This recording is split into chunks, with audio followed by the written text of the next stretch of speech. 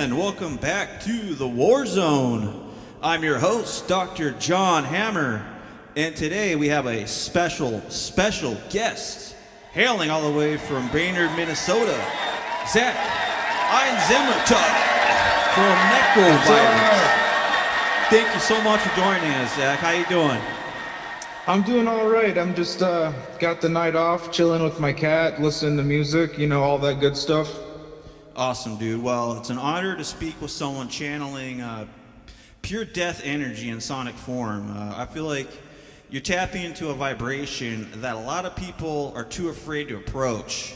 So thank you for bringing that plague wind forward. And, maybe we could just start out the origin of the sound, man. What was the original vision for Necroviolence? I started Necroviolence in the summer of 2020. It was during quarantine with the COVID lockdown, and that's when I was getting heavily into more like going down the noise rabbit hole. And the first Necroviolence album, at least the first 5 were all done on a synth app on my phone, and then I'd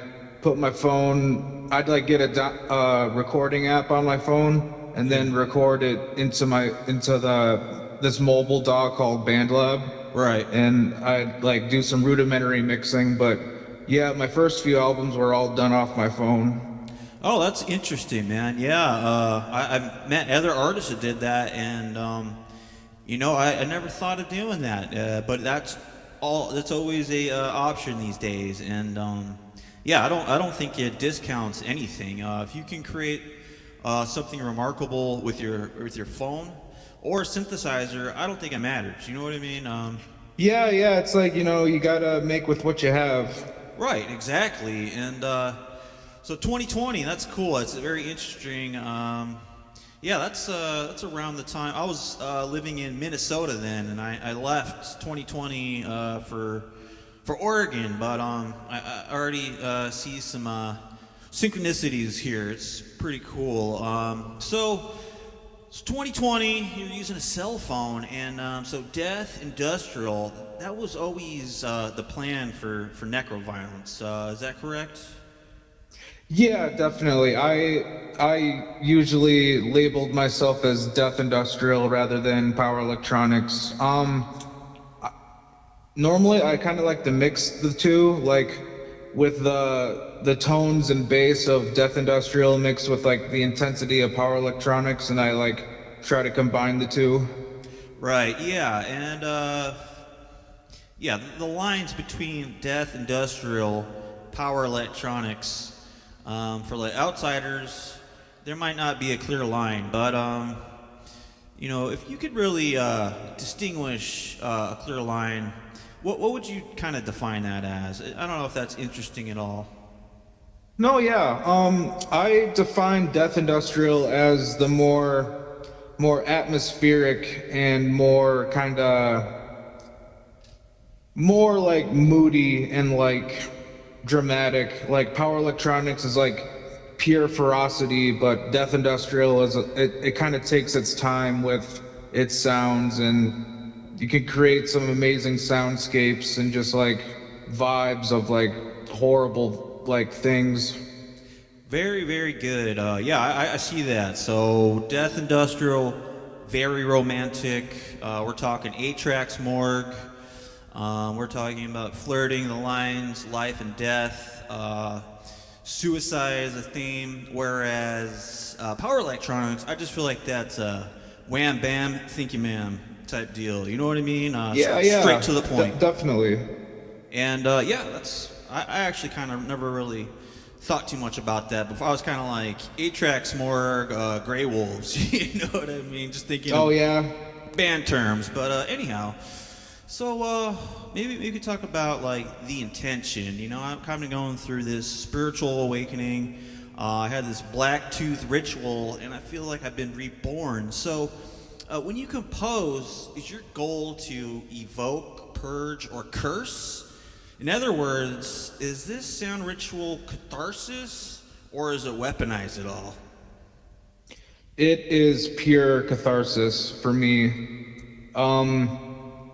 Like doing necroviolence over the years has given me like the catharsis I kind of needed because Yeah. of like I was a pretty troubled guy, as a teenager and early 20s, and necroviolence was kind of my channel to get all my negative energy out. Like I'm not a positive or upbeat person right now, but I'm in a lot better place than when I started. So it's definitely cathartic. And um the message, basically I try to hold a mirror to what humanity has done, like as far as like atrocities and like other horrible things. Like I try to cover like the darkest topics that like I research. Yeah, that's cool. Like I said, a lot of the stuff, a lot of people don't have the headspace to even approach any of these topic subjects. But when you're in the darkness, when you're in the shadows, when you're feeling the chaos, I just feel like that. Yeah, it's such a creative force. You know what I mean? And I feel like if you don't get that creativity, if you don't create, the Watiko mind virus is going to use that creativity against you. You know what I mean? You start making up figments in your mind. You start thinking of reasons not to do creative processes, self-negative talk, things like that. And it's a dualistic world. We're always between negative and positive thoughts, right? Yes, exactly. The yin and yang of life. Yeah, and that's what makes it great. But yeah, I understand what you mean. And I think Eddie even talked about that kind of in our little chat group, the toxic positivity. Oh yeah. Yeah, I gotta love that. Yeah, but everything has its place in the world. Yeah. It's all good, and it's just a mirror. I like that, and everything is a mirror, and I just, that's why I was talking about this black tooth ritual. Just getting back into like scrying and the occult. I've noticed you've had, it's your Facebook post. I can see that you're a left-hand path practitioner, or from what it seems, and I know these scrying mirrors. It's just with the intent on the other side of that mirror. That is the other side. That is the other side of the yin and the yang. That is the spirit world that you're in direct communication with. And I feel like these archonic entities tricked us into throwing away your scrying mirrors and taking theirs, which are nothing more than television screens, and broadcasting their frequencies, erasing yours in the process. Yeah, for sure. I would definitely consider myself on the left-hand path. I've dabbled in like Satanism and stuff like that. I'm a pretty unapologetic, like heathen, whatever you want to call it. Well, that's the way to be, man. And like I said, I'm a left-hand path practitioner, but for a moment, I tried going to the right path side, and you know what? I just learned those people are full of shame, fear. They're programmed. They inverted the character Yeshua. They rebranded him as Jesus, and I think they totally rebranded his teachings into a sort of parasitic mind control. So that's why a lot of in death metal I see anti-Christianity sentiment, but I feel like it's well warranted. Yeah, definitely. Christianity is like an empire at this point. Perfect. It's yeah, parasitic mind virus empire, and but if it helps you, that is great. But hopefully you can see past the illusion, especially if you get into the history. There was never a man performing necromancy named Jesus. It was always a man, Yeshua, which is actually a name, the essence for Yahweh. So ritual practice, do you engage in any ritual acts during recording or performing incense, offerings, or altered states? Um, when my very first band, Eight Tracks Hex, I we dabbled in we had like we were heavily reading, you know, the satanic Bible, and we didn't really like try to practice anything, but we were definitely like trying to become spiritual like that, like try to transcend that and become this force. Well, that's awesome. And have you ever picked up back on that path? Because I just feel like the society, it's just, there's no time. We're so rushed. There's no time for ritual. And then there's no time to self care. And then it just turns into this cycle where you're not even living. And that's why a lot of people are miserable. And I've learned to slow it down. I've learned to wake up in the morning and thank the Valkyrie and the Vinya and the sacred goddess and Lucifer, the light bearer, and giving thanks before I eat and visualizing the food bringing me power and thrill, and every thought and every action is focused, and I'm in the moment instead of thinking about 20 years from now, 10 years, or in the past. Any chance you'll ever return to any of those rituals? If I'm open to it. Like if I find the right bandmate, or like hook up with the right person, because the bandmate I was doing it with before, we were pretty much in the same headspace, so that was nice. But I definitely return to it. I mean, I got a satanic pentagram hanging in my apartment and skulls and stuff like that, so I'm into it. Well, very cool, man. And so, yeah, we were kind of talking about Minnesota a little bit, and influence of environment. Does geography play a role in the project? Are there specific sites that inspire the sound of necroviolence? Yes, for sure. I live in this little town called Litchfield. It's like I'd consider it like kind of an industrial town. Like there's like a lot of like factories and scrap yards and stuff, and sometimes I wander around town just like in the ruins of some buildings, or like in between the train tracks and these rundown like building aesthetics. When I want to get into like a certain headspace, I'll like put my headphones on and walk around the industrial park in town and just like take it in. Sometimes I go to the one of the graveyards too. Like both the times I played up in Fargo, the morning before I visited one of the graveyards and just wandered around listening to Death Industrial to like get myself, you know, dialed in. Yeah, which is a ritual in itself. Yes, it is.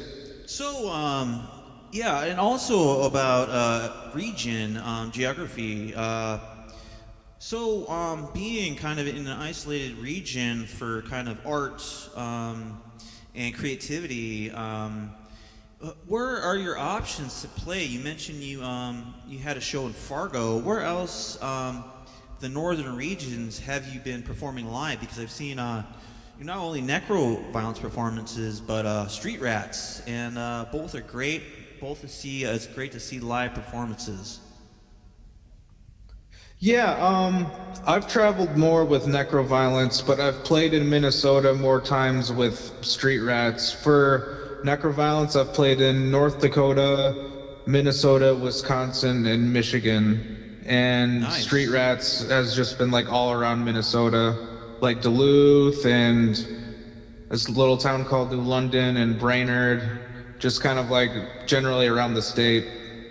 So, are there many other death industrial acts at these shows, or is there many like-minded people in your area, or is it very seldom? In my immediate area, this redneck hillbilly town I live in, not really, but in Minneapolis, there's a decent community there. There's this thing called the Tourniquet series ran by Grant Richardson, who I'm in a group with called the Bonus Dark. He throws some noise shows in Minneapolis sometimes, and I've performed in Minneapolis a couple times as Necroviolence. That's But yeah, awesome, this man. general area, like I live like in a rural town. I'm like probably the only noise artist in the county.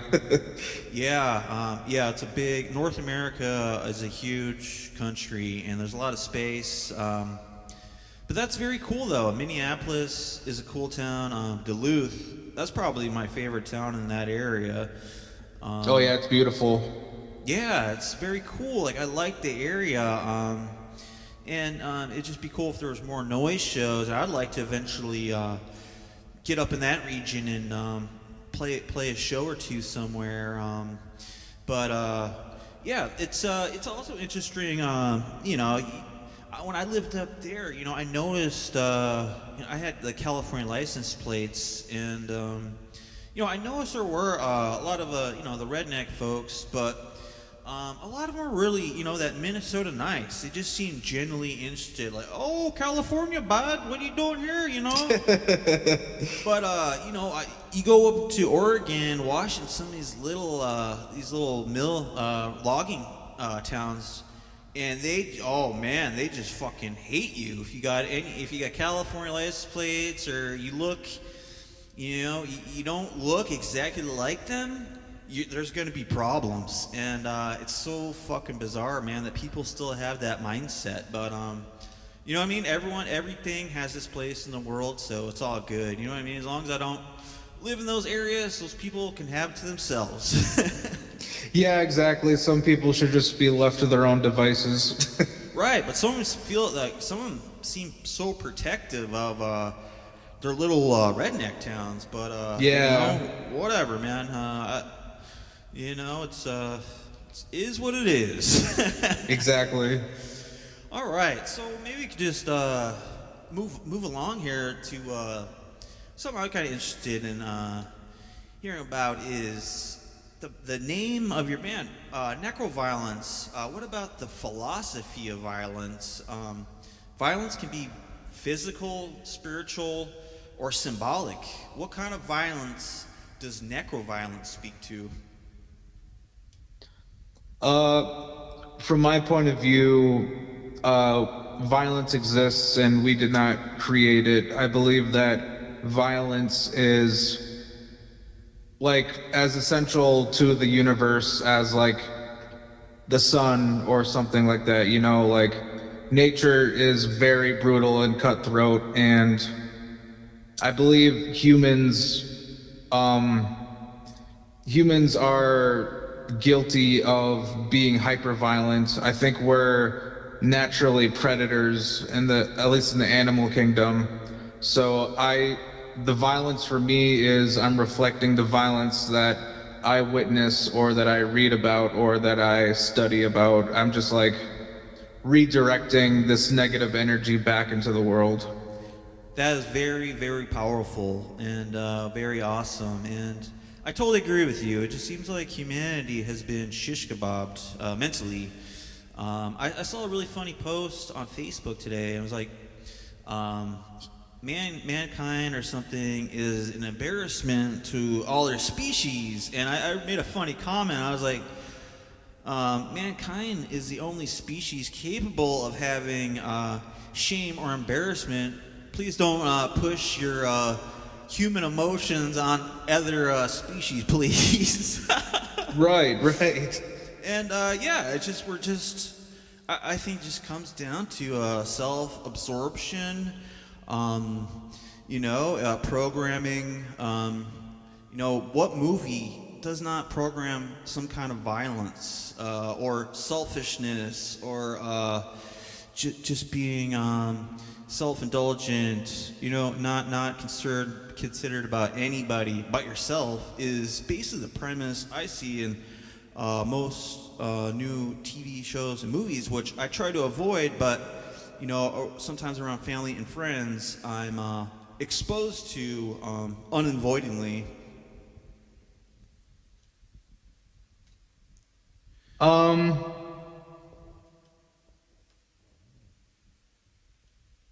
Wait, what was that? Sorry. Well, yeah, we are just like saying how about the violence that it can just the presentation of violence can be a mirror of the violence that we see in society. But actually thinking about it on the day to day, I rarely see violence in society, and it's all sensationalized on television. That's what they do. Yeah. Compile clips on the news: violence, violence, violence, violence, and they're supposed to be the objective ones. But then again, it's violence porn. Violence porn, I like that. And maybe that could be the next Necroviolence. Yeah, it'll be the next album, Violence Porn. Or hey, maybe we could do a split or something. That's awesome. Yeah, man, and you know what? Before we carry on, let me just do a tarot card reading really quick here. I like to do these on episodes, so I'm trying to draw these just from the energy that I'm getting from you. So, and I'll just not go into great detail or explain what these are. I'll just read them. So, and this is the chromatic tarot deck. So. We have 7 of Wands, Lord of Valor, Universe, the Great One of Nighttime, 10 of Pentacles, Lord of Wealth, 3 of Swords, Lord of Sorrow. So all I'm getting from this is you just keep on your dark creative path and it's going to pay off. You know what I mean? You already have so many releases. They're all so great. I just heard your recent Atrex Morgue track, I'll Be Ignoring You, and man, I was blown away by that. It was just, I mean, you just hit the nail on the fucking head with that one. Thank you so much. I'm like obsessed with Marco Corbelli. Like, I think like there was a time when I was first making Necroviolence when I considered Marco the greatest musician of all time. Yeah. But yeah, his stuff just really speaks to me, and I can relate to it. Like, a lot of people say, oh, it's weird, or it's oh, it's blah blah blah, but it actually speaks to me. Like, I can actually relate to the atmospheres and the feelings he's trying to convey. And do you ever try to speak with him or invoke the spirit of Marco Corbelli ever? That's a good question. I have not, but I'd be interested to. I would recommend it. And like I said in our little 3-way text, today is the death anniversary of Steve Bators, and I've been performing little rituals for him all day, and I made a circle and I sat out in the woods and I was channeling him, talking to him, and I could just feel the electricity in my body, the Kundalini energy. It just felt like a snake coiled all over my body. And then I get up, I close the ritual, I walk down the road, and I see 2 big bears. So I just feel like that was his spirit energy just reflecting back at me like a mirror. And I think, yeah, that transitions perfectly into this question, your relationship with death. So do you believe in spiritual continuity after death, or is necroviolence a dirge for nothingness? It is definitely a dirge of nothingness when it comes to yeah. All right, that's interesting. What's that? That's very interesting. Yeah, so my view of death is like I don't believe in consciousness after death. I feel like death is the the next the final piece of our journey. Maybe there's some netherworld. I've had near-death experiences before. Yeah. For instance, when I was when I was like a little kid, I had to have an operation on my stomach because I had some like muscle like constricting one of my organs, and I don't know, just like, and I've like almost drowned before, and I've almost been hit by like a semi when I was like scootering as a kid. So I've had lots of near-death experiences, and I've contemplated death a lot. Like I was pretty obsessed with it for a while. I've come to peace with death and with my mortality. I don't fear death. I I don't I don't expect anything after death. I just think it's lights out, and then you just fade into the nether world of nothingness. And is you said it's something you don't fear.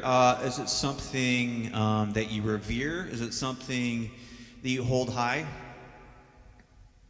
I don't necessarily celebrate death, but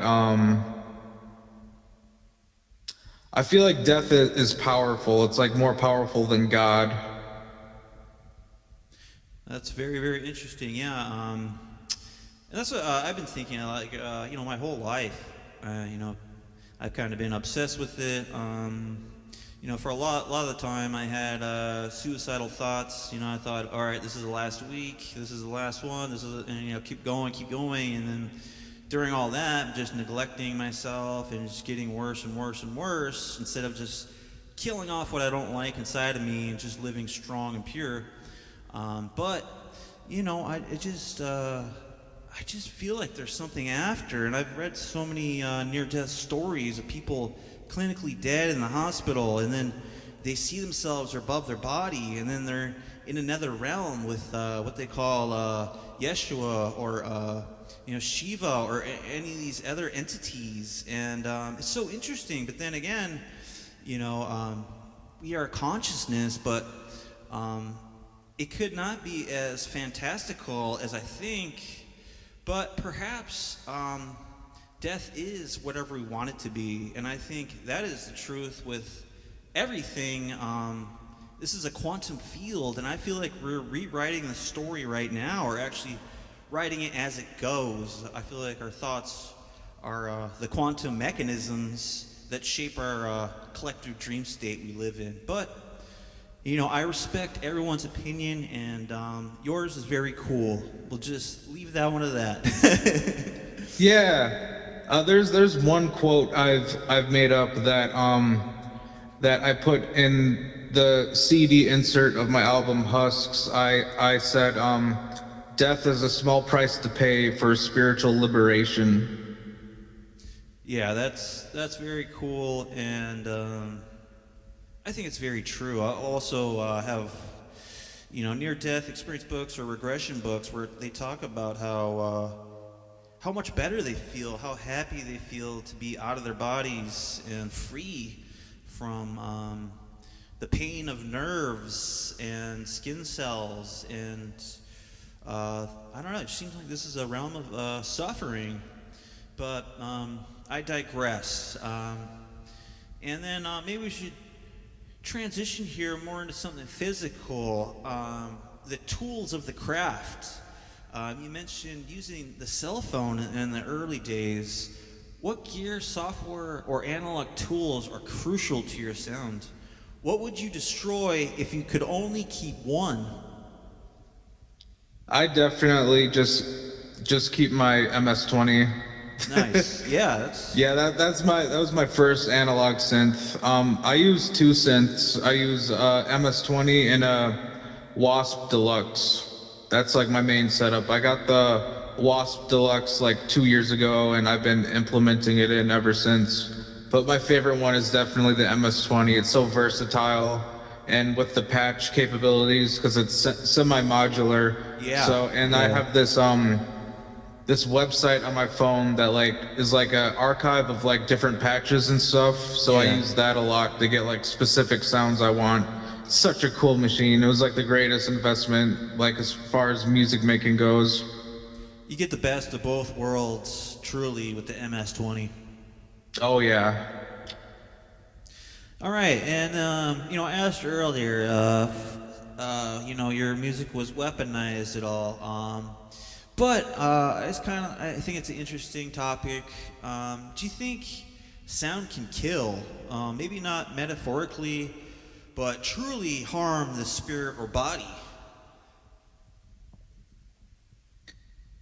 That's an interesting question. I think that depends on the state of your own mind. Like, I can see someone like going into some kind of horrible rabbit hole, and the things they consume, the media and music and everything, they'll just push them further down the downward spiral.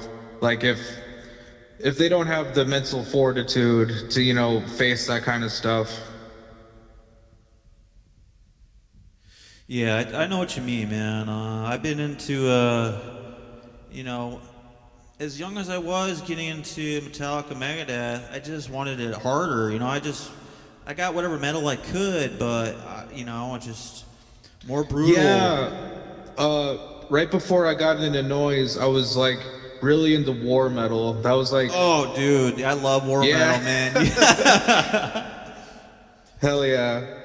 That was like my last step before getting into noise.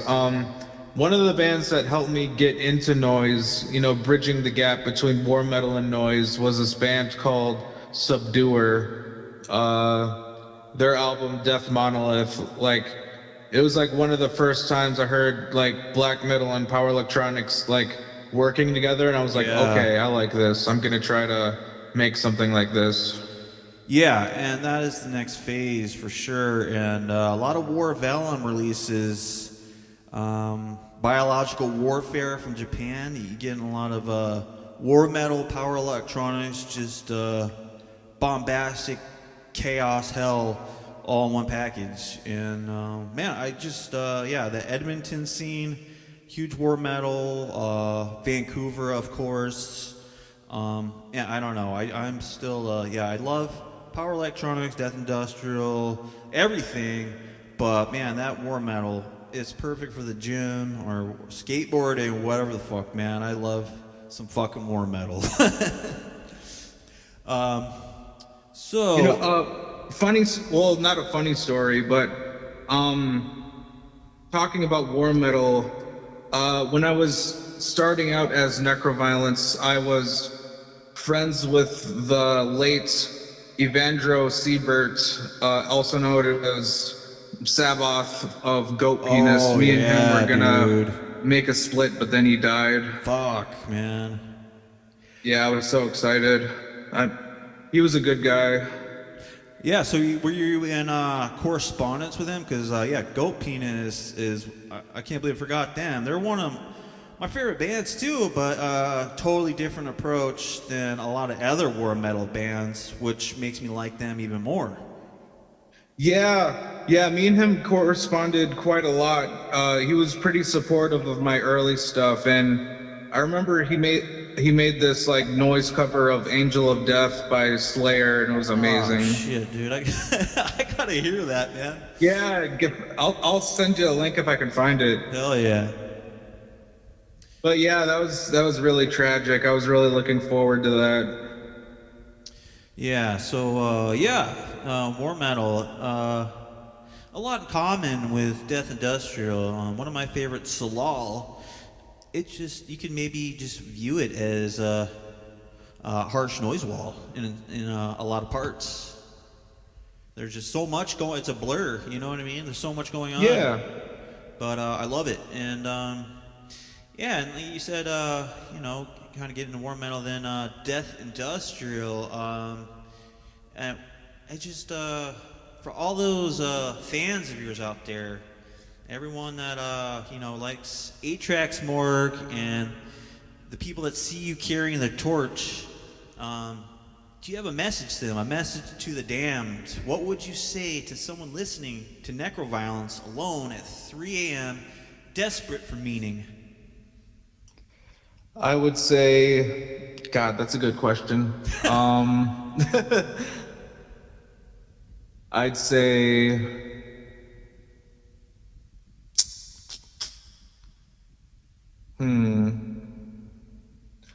I'd say prepare for the worst because prepare for the worst because life is not like that guaranteed. Like I try to expose the mortality of life as well as death. Well, that's very good advice. And to prepare for the worst, everybody, I recommend rituals. Go ahead and go get the Goetia or whatever you need. Prepare. It's coming. Let's talk maybe about the future. So, where is Death Industrial going, and where are you taking it next? There's a few death industrial artists that I'm pretty good friends with. I'm friends with Tim from Maligna Cerebra. He's a really talented death industrial artist. Emma from Soft and On Babe. She's really good too. I think death industrial has a bright enough future because I've been noticing, myself included, there's been like some kind of like resurgence and like renaissance of it. But I see it becoming more and more accepted because I feel like death industrial can be a little alienating as far as like the textures and vibes go. Like I think power electronics is like more social than death industrial, if that makes sense. No, it totally does. And yeah, I totally understand what you mean. I'm actually lucky to be in California. I mean, I'm off Northern California next to Oregon, but I drive 12 hours south, and there's noise shows happening all the fucking time, man. And the big Bird Eater Entertainment Noise Summit is coming up October. There's just so much going on with it. It seems I got invited to that. you did. I didn't see Yeah. on the flyer. It doesn't seem like you'll be making it, will you? I honestly, I probably won't be able to. I can't really afford to right now. I was supposed to go on tour with Brian, who runs Bird Eater Entertainment last year, but Yeah, those plans fell through too. But I I'm remember gonna. that, dude. I was looking forward to that too, and Aw. it all kind of fizzled out. But you know what? You're young. You still got a long career ahead of you, man, and you'll make it out here, and I'll make it out there, and everyone will make it everywhere. So it's all good, Oh yeah, man. I'm determined. Me too, man. This is besides my job, this is it, man. And that's not a negative thing. That's a positive. Like this is all I want to be Yeah. doing. This is it. This is a creativity. This is the highness of life, you know. And then that was kind of it for some of the necroviolence questions. You kind of said what's going on next. So I just maybe we can just go on some tangents here. How would that be? Yeah, I'm down. So I've been writing a couple books, and one of them is based on the concept of Vril and the Vril Society. Are you at all familiar with that concept? I am not. No, the Vril or sonic weaponry. Well, yeah, it's kind of a niche thing, but there was this group of women during the 40s in Germany, the Vril Society. They were channeling interdimensional beings, and they were corresponding with them. And these interdimensional beings were giving them instructions to build sonic weaponry and flying devices, which I guess the Hanabu would be called UFO, but that's nothing else but a unidentified flying object. But yeah, it's a very, very interesting topic that really kind of has been changing my life, and I feel like I'm in contact with the same entities the Vril Society were channeling. They've even acknowledged that, and if not them, are you familiar at all with Aleister Crowley and Aiwass? Yeah, I know. I've read some Aleister Crowley before. So what do you think? And The premise of this question is just like leading up to channeling. Like there could just be so many things that just seem like mundane or coincidence, but in actuality, it's our subconscious building something grand. And have you ever felt like your music was channeled, or if something was creating it through you? Definitely when I'm like really dialed in, I like performing live, for instance, like I can really feel a vibe change as soon as the sound comes on. Usually when before I record or perform, I do some like I like submerge myself in like maybe like a documentary or like a video essay about like something horrible. Like I used to have this burned DVD of the SPK autopsy video of like where the two dudes are like tearing up a cadaver in the morgue. I don't know if it's real or not. People say it's real, people say it's not, but I've never in the seen early this. days, I used to watch that to like get in the zone, or like I'll watch like a documentary about like a serial killer or something. I just try to surround myself in the energy I want to create. Yeah, that is some deep channeling, and yeah, this kind of morgue butchery. I've never seen or heard of this. Sounds very interesting. I wish I still had the DVD. I lost it during a move. Oh, that's a bummer. It was a DVD, Yeah, dude. yeah. Wow. Well, that sounds interesting, man. You seem like you're into a lot of interesting things. Is there anything kind of on your menu lately that you like to share? Like any great books or movies or albums or anything that really like inspired you and helped you like channel a certain tonality or a certain atmosphere? Yeah, there's this documentary that I have on DVD called Titicate Follies. It's basically it's a documentary from the 50s, which is showing the malpractice and mistreatment of inmates in a mental asylum. It's pretty dark and like morbid, and like just like the way they're treating the prisoners, like mocking them and like taunting them. And one of the scenes, the inmate wasn't eating at all, so they put this feeding tube up his nose, and like you can see the tube go through his like down his throat in his skin. Damn, dude. And like the doctor was fucking smoking a cigarette while he was doing it, and like pouring in some kind of enema, and the dude died. So, man, what do you think causes people to behave in this way? What's that? What do you think causes people to like behave in that way, to treat people I like think that? it's just like human nature. I think we're naturally just kind of violent, and like we have a really bad track record as far as war and peace goes, you know? Yeah, but I mean, it's like the prisoners are not fighting back. It's like this kind of like authority seems like a mind virus. Like, you get like these cops prowling around a neighborhood, judge, jury, and executioner.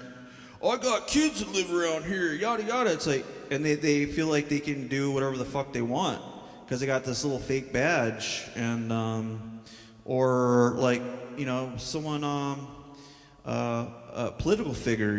They think they're above everybody else, but you know what I mean? They're just so full up their own asses, they don't realize that they're just ruining it for everybody.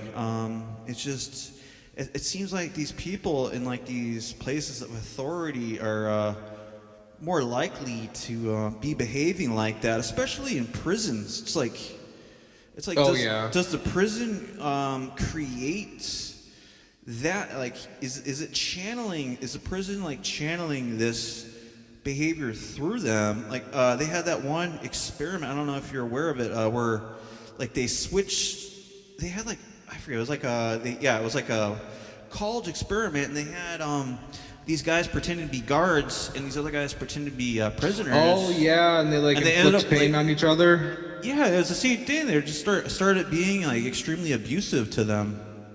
Just like testing the limits of like human sadism. I guess, but it's like, I don't, I've had a violent life, but I've never felt good hitting someone or hurting anybody. You know what I mean? It's always just kind of like, yeah, it's always a negative thing in my opinion, and not that negativity is bad. It was just like, I would just almost feel like sick after. You know what I mean? And it would take a while for it to wear off, or if I ever.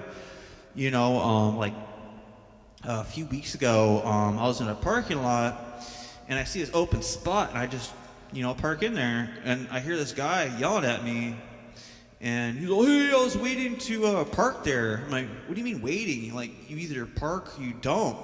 And he's like, that's extremely rude. And he was getting really hostile and angry, and it's just like, I don't know, my hand just like kind of got a little shaky and I just like felt kind of like nauseous and just like, what the fuck is this guy's problem? Like, and I told him, I was like, dude, I didn't know you're waiting. I thought you're just like, park. Why don't you just fucking park? It's confusing. He's like, oh, I was waiting for them. It's like, well, you're parked there now. What does it fucking matter, dude?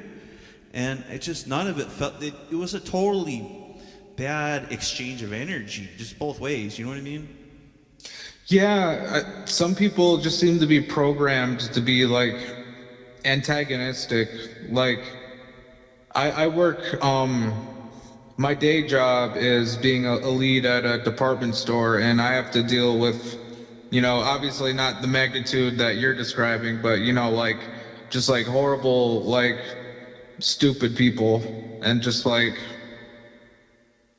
how on earth are like why do they think what they do is okay? Like one time when I was working at a gas station, like I got threatened to be beaten up and stuff like that. It's like, that's kind of why I have a pretty low opinion on the human race. Yeah, I totally feel it, man. And when I was younger, I was that way, and it's just like I said, dude, I'm going through this spiritual awakening, and I have these all-knowing guides from the other side, and they're telling me that we've forgotten who we are. We've forgotten how to act. We've forgotten how to live. And these archonic overlords that, you know what I mean? I feel like they put us these little boxes, and we watch these. Well, I don't, but a lot of people that behave that way, they watch these kind of mindless, violent shows, or these shows the women are really cruel and sadistic towards each other, and I just feel like it's monkey see or monkey do. Like, let's say you're just reading books about Buddhism all day and meditating, you're probably not going to behave in that manner. I feel like, it just, attention goes where, energy flows where attention goes. If you're just thinking bad, negative shit exposed to that, that's who you're going to be. But, it's just interesting. People like you, make very dark, sinister art. But it's cathartic. You let it out, you release it, and you seem very relaxed, very calm, and very friendly. Yeah, thanks. I try. I've been like confronted before about the contents of my work, like, oh, you're glorifying violence, blah blah blah. But it's like, no, it's like I'm channeling my inner turmoil, and just I'm not endorsing it. I'm just showing that it exists. Like, it's not like indicative of like I don't torture people or stuff like that. It's like how I express myself.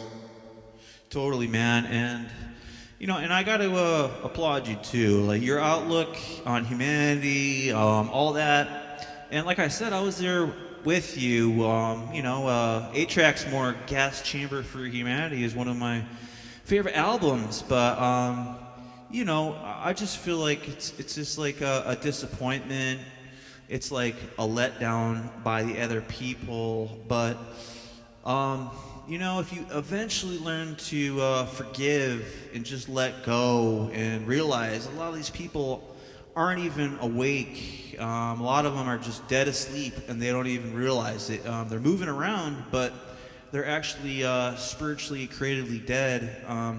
That's kind of why they behave the way they do.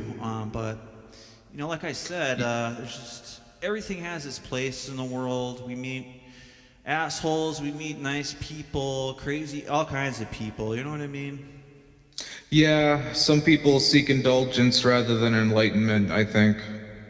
Yeah, and I feel like that's all part of the programming. Again, it's like, and I'm guilty of the same thing. I am totally guilty of the same thing. Like I said, I had that black tooth ritual, and it's been really helping me.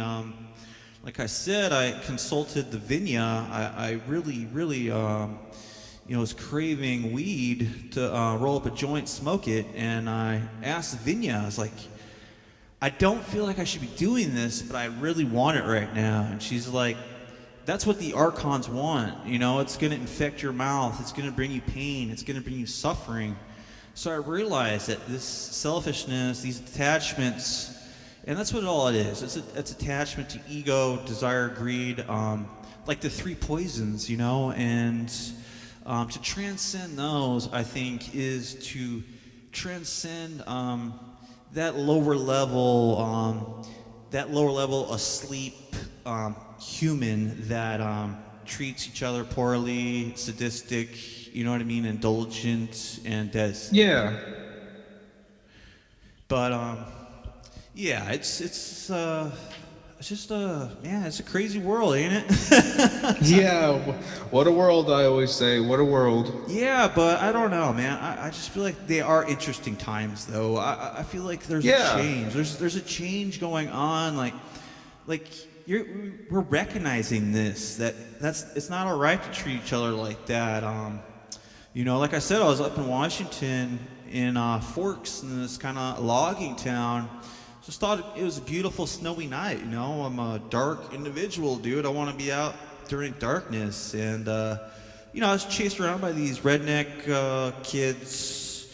I just walked up a mile to the store to go get some beer and just kind of drink a few and walk around. And during the whole time, chased me around throwing pop bottles and coins and shit. I threw a few bottles back at them, and I was ready to smash out their windshield with a rock, and I was telling them, just get out of the car, don't threaten me. You keep calling me a pussy, this and that. Why don't you get out and fucking, let's go. I don't have a problem fighting, and nope, they're cowards. And I just know a lot of it is just based on a lot of shit we see that looks unhealthy or bad. It's just pure cowardice. You know what I mean? Yeah, I think violence is cowardice. No, yeah, I totally, yeah. There's, you know what I mean? It's just like when two people can just talk it out, they learn so much. Yeah. They learn so much more, not only about themselves, the world. And then you become like you have a bond. And there's this adage I hear all the time, and I had such a problem with it that we're all connected. And when I was younger, I had that outlook. I hate people. I don't want to be connected to them. But then I realized it's like once you become a mirror and you have like empathy and compassion, which is the highest level of creativity, you learn to like not pity or feel sorry for them, but just see, like get inside of them and see, this person is not nearly on the level that I am, so there's no way we can engage on the same level, and just kind of leaving it at that. Yeah, definitely. I think empathy is really vital. Well, that's awesome, dude. And, just hearing your music, I love it. But then, at the same time, sometimes I question the music I'm listening to. I'm like, this is extremely violent. This is extremely angry. But then to talk to you, and you're so collected, objective, and logical, man, it's awesome. It's like the cathartic process works. You're living proof, man. Yeah. Well, I said we keep it about to an hour, and we're approaching that mark. So, just anything for the listener, anything you'd like to share? What's up next? You kind of hit on that before, but if you could hit on that again, remind us any shows coming up, any upcoming albums, anything you'd like to share, and also, can you tell the viewers where to find you? Well, I have a few tapes in development that are coming out soon. I have one coming out with Filthy Sounds recordings. I have one with Bird Eater coming out, a split with Prolapse Catholic. Those guys are awesome. Hell yeah. And it hasn't been announced yet, but I'm having a tape coming out on Deathbed Tape soon. Oh, nice, dude. I love Deathbed. They're great. Hell yeah. And he's based out of Ohio, if I'm not mistaken. I believe so, yeah. Wow, man. Yeah, you guys, you guys cross paths. It's gonna be great. Man, it's just you've done so much in such a short amount of time, man. It's truly inspiring, and I wish you nothing but luck. And when I was at the Speculum show, I picked up the Necroviolence Speculum split. Very awesome stuff, man. I love it. Thank you. And then, Zach, thank you one more time. Let's hear it for Zach Einsamertod, Lonely Death. Ooh. All right, Zach. Well, thank you very much. And also, thank you, listeners. We appreciate you tuning in. There's more to come. So have an awesome night. Thank you all, and God bless you.